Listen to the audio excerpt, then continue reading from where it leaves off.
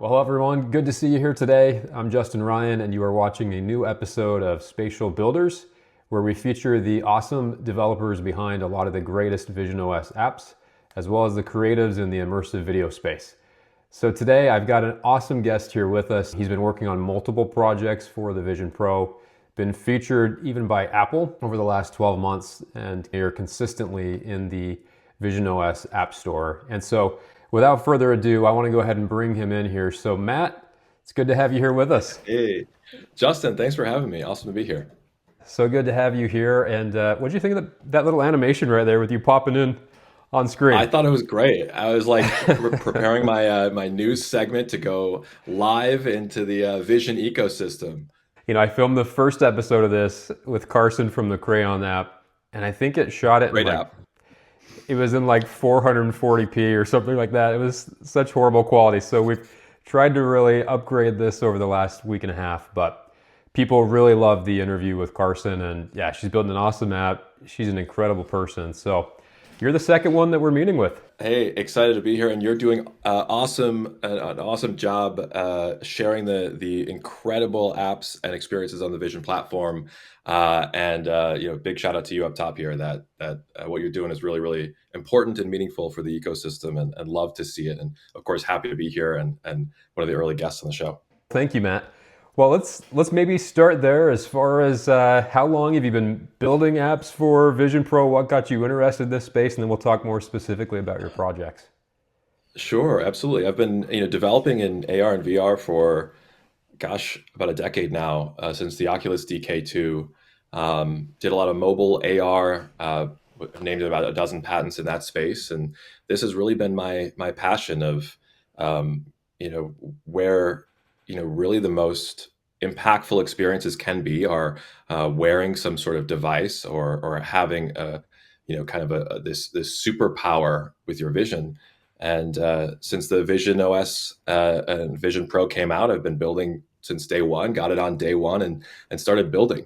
We built the first experience was called Beautiful Things, and that led to a series of apps on the platform that we're building out.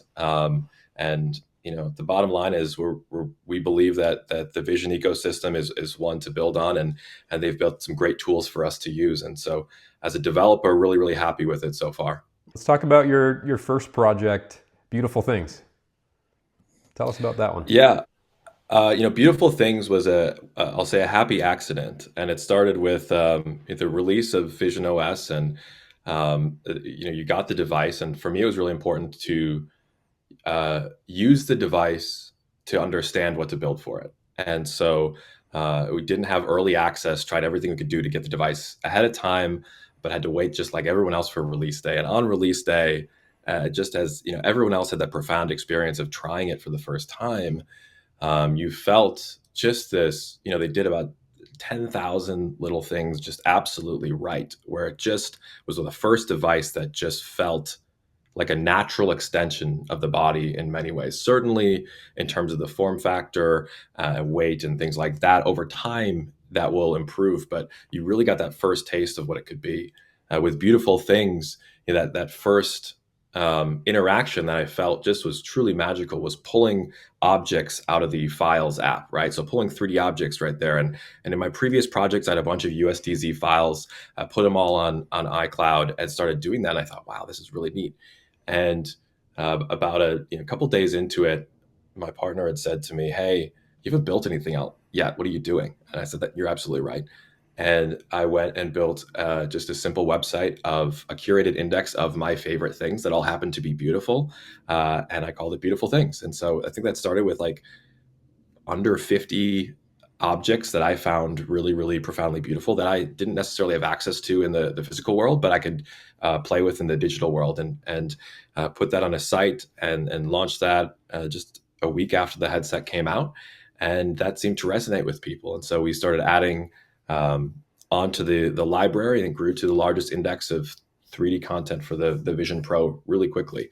We ended up building a native Vision OS client, and expanding that from there. And now we've landed in this spot where it's a discovery engine for 3D content where you can go and curate collections, create objects using 3D AI, and talk to the objects as well. Every object is intelligent, and that's where I found something really, really, really special is once you can place an object and then do things with it, especially when it has context on itself and it's aware of itself, like these NPCs that kind of walk around the world and are around you at all times. And so Beautiful Things has evolved, and it will continue to evolve with the platform. We see it as an experimentation ground where we can learn and grow as the technology does as well. Yeah, I remember the first iteration of the app and to where it's at now. It's pretty amazing, just the level of progress, and to the point where I can speak with random objects inside of the app. I think I could chat with a turtle and with the fish, and just filling up your room full of beautiful things. It's pretty cool, and the Vision Pro does such an incredible job of the fidelity, the detail. Like, it really does give the impression that it actually is in your physical space. Big shout out to the engineers at Apple for building the base technology. I'd like to think that we've done a lot of optimizations on the models, but realistically it can handle a lot. It's a really powerful device and just the most magical computer. And so that certainly lends itself to all the work that we've done up to this point, and everything we'll do in the future is really based on really great primitives from the system. Now, I saw yesterday that Beautiful Things, you all put out a post of maybe a mobile app, an iOS app. Yeah.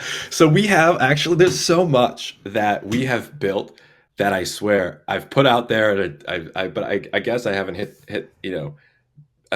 kept hitting on it. We have a mobile app. We have an iOS app where you can easily scan objects using object capture and bring them right into your headset. So you for that post that you're referencing is an apple, and you scan an apple and you can instantly bring that to the Vision Pro. You can do that with anything that you have. For me, I've done just about everything on my desk. I have like digital twins of just about everything. And you can use, I think any model of the iPhone after 14, maybe the iPhone 15, and scan in a really, really high fidelity. Again, these are using great APIs in the Apple ecosystem. All we're trying to do is make it really easy for users to create 3D content, whether that is scanning objects or using AI to generate it, and then do things with them, right? And in really fun ways. And we got some updates planned for that coming really, really soon on the Beautiful Things side that I'm excited to share with y'all. I'm excited to hear whatever that is when you're ready to share. I'll give you. I guess I'll give you an exclusive. It'll be. Right, it's involving SharePlay, and we have some great SharePlay experiences that you can use Beautiful Things in new and fun ways. And so I'll leave it at that. That will come with a redesign of the app and a lot of optimizations from the user feedback and the incredible user feedback that we've been getting from people using the app. So stay tuned for that, and excited to get that out there. That'll be just a little bit around the corner here, but I can't wait to try it here. Yeah, I can't wait to try it. And thank you for the exclusive. Yeah, I've been using the mobile app. I know I've got my digital twin of like the Marshmallow Apple Vision Pro, first party case. I put that around my room a couple places, and other random objects for my office here. It's so well done. I'm actually impressed by how quickly it processes the item and then makes it available in the headset. I know there's a lot of different apps out there that try to do something like that, and some of them do a pretty good job. But the way that you've connected that is so seamless. And so I just want to give you props for that as well. I think it's pretty darn cool. Thanks. We got a great back end team that have built out great infrastructure to be able to support that, and a lot of the crazy things that we have in our heads. That directionally is where we want to go, but it's, as you can see with the mobile app, it's early. These are things that we're building on. Get it out there quickly, get people to try it and use it, and then improve it over time. And that'll go with just about everything that we've done, and everything we will do is try to get something out there as fast as possible, learn from it, because we're doing things that haven't been done before. The whole ecosystem is building on a technology that hasn't existed for longer than a year. This is the first spatial operating system. We're all just like trying things, breaking it, and then trying not to hit that wall of, oh, I can't do that. And if you hit that wall, you say, hey, I better try something else. And it's a fun time to build in the space. I mean, is there anything more fun than that though? Like to have a new platform. There isn't, and that's create something that's never been built. Yeah, and that's why I think the community is so awesome here, going to the developer meetups and meeting a lot of the incredible individuals, meeting you. Like, we all see where this is going, and this is going to be a time we'll look back on as, and this state of kind of play where we can try things without the intense pressure of, you know, tons and tons of, millions and millions and millions of users. That will come very, very soon. But it's this space that I'm trying to think of fondly in the present, rather than this time with a technology that not enough people are screaming from the mountaintop about, because it's really neat. I've had that thought before when we got back from California a couple weeks ago. It is this group of people that are very positive, and they're very optimistic about where this is headed, and the excitement level is so high, and it's unlike most groups because I think it's we all know where it's headed, but we're early enough that it does allow for some of that trial and exploration and different options, different apps. Let's actually talk about Talking Heads a little bit here, Matt. And this is an app that I've actually really enjoyed, and I love the concept of it. So I'd love to hear from you, the creator of this app. What was the inspiration behind it? And I'll just leave it open of what you want to share about it, because I think it's a pretty fascinating app. Yeah, well, this really was a, you start building with a new technology, but you have a billion ideas, and you're like, what can I make? What should I make? And what can I make in a reasonable timeline? And so those are all part of the discussion. And for this specifically, this is an extension of Beautiful Things, where we put intelligence on, I think it was a statue of Alexander the Great. And I'm sitting there talking to Alexander the Great and thinking, why is he not talking back to me? Why are his lips not moving? Like, I want that. And I just want a head that talks. And then you like that moment of like that clicks of this, that is an idea when a moment is so deeply rooted in science fiction, so biblical, right? This goes back to John the Baptist, heads on a plate, heads, just the heads where a lot, where in the belief of, where human consciousness comes from. And there's many, visions of this, from Futurama to the adventures of Baron Munchausen to more and more and more, where you see kind of floating heads talking to people in an interesting way. And that's where, on the technology side, it clicked, where you're dealing with limitations of full immersive spaces, you're dealing with volumetric windows, and then 2D windows. And so how can you play in a volumetric window, and put that somewhere and do something else, be on a computer, do your normal computing stuff, and then still have something next to you. And the best way for that is in a volume. And so can you fit a full-size human body in a volume? It's not a great, you can, it's just a little tiny human. But what if there was just a head there and you're just talking to it? Can you get that same feeling? And the thinking was start with the heads and go from there. And so that's where, Talking Heads, that's the origin story of it. And what that led to was, how can we do something really, really neat on the Apple platform in a way that is useful to people and is educational, and it comes from the really, how come, the packaging of it was, let's talk to the crazy ones, the incredible, innovative Think Different campaign. If you could just talk to these people and have a conversation with them, or just be on a fly on the wall listening to them. If you've ever been around some really smart people in your life, and you sit at a dinner table and you're like, I can't say a single word in this conversation because honestly, I'll just embarrass myself. But you listen and you learn just from those conversations. It's being the dumbest person and around the smartest people in the world has a lot of value. And so the thinking and kind of the app came from that thought of, what if you could talk to the greatest minds that have ever existed in a natural way. And that led to Talking Heads. And this came from this inspiration of recreating Aristotle. I've had this idea of making a complete clone of Aristotle for many, many years. And it extends from this clip of Steve Jobs talking about it, saying, This is where computing is going. This is the future of the computer. And that when these people are alive, and they will be able to be recreated in an authentic way, while they, and in a computer.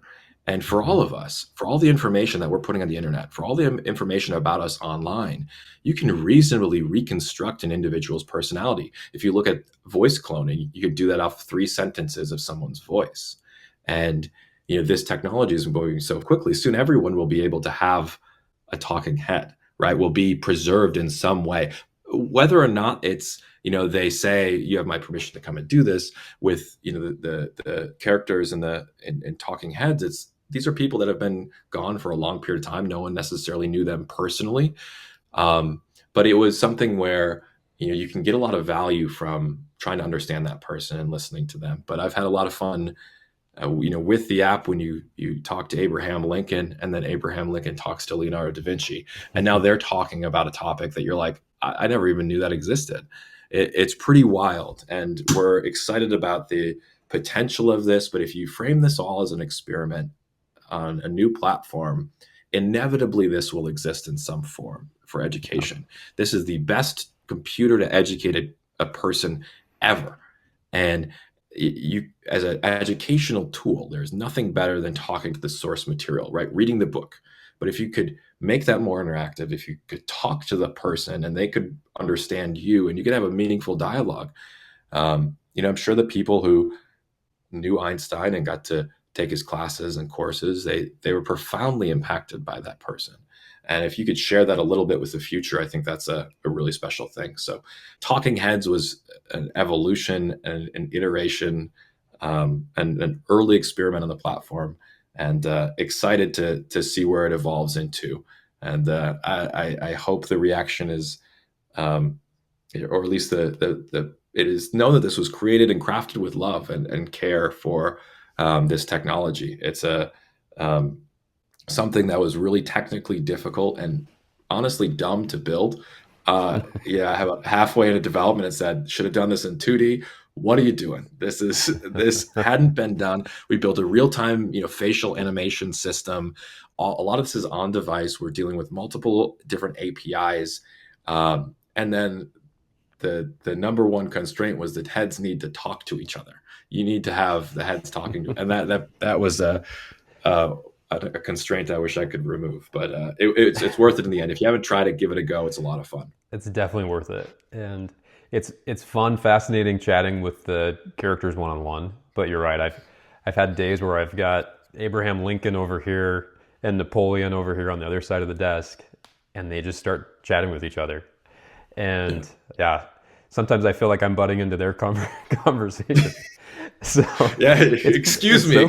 Yeah, excuse me. Can I? And there are more. Chat here? There are more heads on the way. So we have more heads in production as well, and you'll be seeing some soon as well. A more wider representation of characters, and we're taking requests as well. So if there's any people you want to see. Otherwise, we'll just make a Justin Ryan floating on a plate, with your permission, of course. Yeah, I don't know if we want that or need that in the world, but I do think you're spot on, Matt. That this is where we're headed. Like, this is the future. Whether you're making it or someone else is making it, it's gonna happen, and I'm grateful that it's you, because I think you're doing an amazing job with it. And so thank you for sharing the inspiration behind it, what it is, because I find it very fascinating. And as Matt said, if you haven't tried it out, check it out. Both of the apps are available right now in the App Store, so Beautiful Things as well as Talking Heads. Matt, I'll close it with this, and that would be, what's your wish for visionOS 3? And I know I didn't give you a heads up on this one, but what would your wish be if you could only have one thing for visionOS 3? What would it be? Apple's the expert here on this. I'm excited. I can play Monday morning quarterback here. I think I always default to it's like the Daft Punk, the smaller, lighter, faster, cheaper. On the hardware side, the device needs to go in that direction, and it inevitably will. As a developer, there's so much. We're almost in April here, and we're just starting, at least from our end, we're just starting to use some of the incredible APIs that Apple released last summer. Right. So there's still so much that we haven't utilized in visionOS 2 in terms of the functionality. One of the things that it would be great to see is having the ability for Windows volumes inside of other immersive apps. I think there's going to be some considerations there. I hope to see something like that, if that's not already in the works. But that would be great to be able to remix different app experiences together, if the permission, if each app provider would like that. It'd be cool to see, you know, a talking head floating in the Game of Thrones space in HBO Max, you know. Yeah, and they could be part of the share play with you. I would love to see that. That's one of my hopes too, is we can do some remixing with some apps and have some of these talking heads in the immersive spaces, and yeah, it'd be a game changer. I'm hoping for a little bit more persistent anchoring, right? So I can have my office set up, I take the headset off, I could go travel to California, come back, put the headset on, and recognize I'm in my office and my ultra wide display is up ready for me, and maybe Abraham Lincoln over in the corner ready to chat with me, you know. But there's so many places that it can go, and I do think it's an important call out that we're still so early in visionOS 2, and we're still getting so many updates, right? Like I think a lot of people thought it was just going to be ultra wide display. Some thought we weren't going to get the Apple Intelligence. We're still getting more updates with even just visionOS 2. So, And I'll just really quickly say, give them time. They have given us an incredible piece of hardware, an incredible piece of software that the rest of the ecosystem is still catching up to, right? Look at Android yeah, XR and Meta, and this is a really remarkable developer ecosystem. You know, we're drinking out of a fire hose with what we can do and what we can achieve and try to do. And so happy with where it's at, excited for where it's going to go. And yeah, give us more. OS 3, can't wait for that. visionOS 3. awesome. Well, Matt, thank you for being on the second episode of Spatial Builders and Thanks for having walking me. us through your apps. Would it be okay to invite you into a future episode, and maybe we'll have a couple people join us as well? Let's do the round table, as long as it's, you know, Lincoln, Einstein, and some incredible other developers in the space, because there's tons of them. Big shout out to the developer community in the space. It's been awesome to build alongside you all. Matt, thank you for joining us here today. Really appreciate you, and best wishes with your apps and all your future projects. And we'll be in touch soon. Thanks, Justin.